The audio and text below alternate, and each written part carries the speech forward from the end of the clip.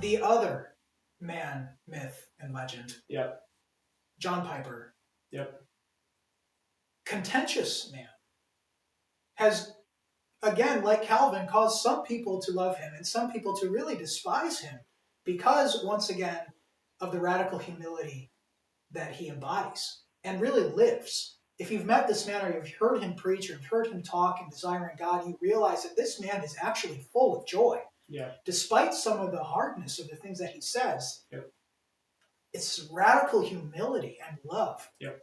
And actually, what I think we'll find, gratitude to God and godly, Christian, true, authentic thanksgiving. Yep. That really fuels all of this. Yep. When I started reading John Piper again recently, I went through his book, Desiring God Again. And this is actually started as a personal devotion for me to try to encourage a healthy sense of joy again in the gospel, to refresh my appreciation of Christ and offer me some new spiritual life. Christian thankfulness is at the heart of that. Mm-hmm. For Piper. Yep. It's at the heart of a joyful Christian life. Yep. Thanksgiving is at the heart. And so here's this quote that I wanted to share and hear your thoughts on.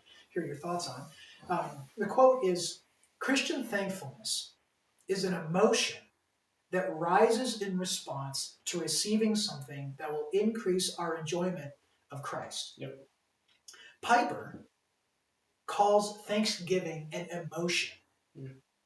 I think this highlights something that many of us struggle with. Yep. Thanksgiving often feels like a disembodied chore. Yep. Not a genuine emotion.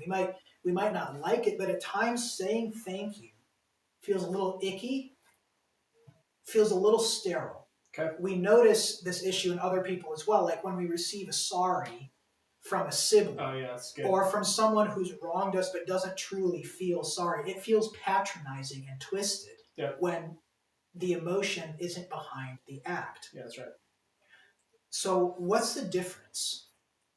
How do we recover the emotion of Thanksgiving and avoid just giving lip service in the name of tradition this season? Yeah, that's so good. And if you're not tracking with kind of what Grant said when he's talking about like a sterile starter thank you, imagine a child who, hits another kid or steals a toy and you walk over to the child and say, hey, you need to go tell them, you're sorry. And the kid walks over there, looks down, I'm sorry, then runs away. And that's that obligation. And the same thing happens with the thank you, right?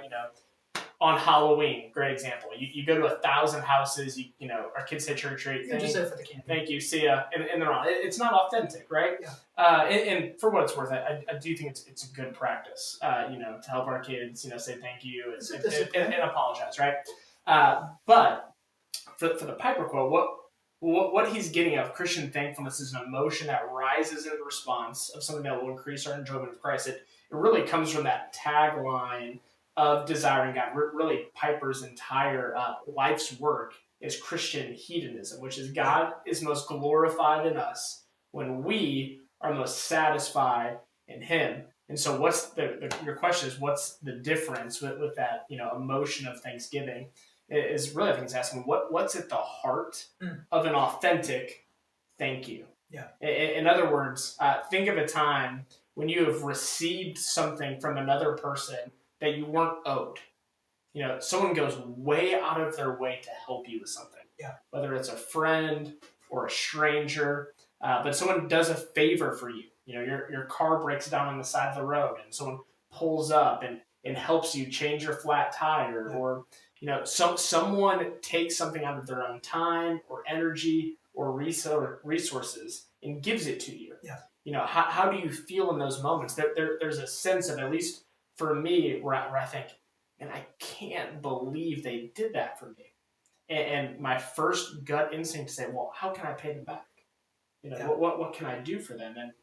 And in those moments, the other person just says, it's a gift. It's there's nothing you have to do. I just wanted to do this for you.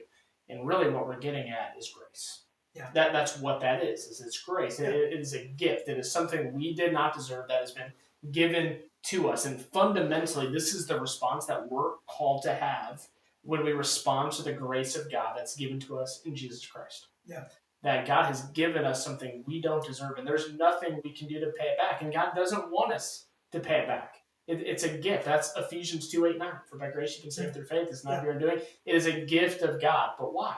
Not a result of works, so no one can boast. What we boast in is the cross. We take our eyes off of ourselves. We look up to Jesus. We say, this is a gift. And now let's live in light of the gift that God has given to us.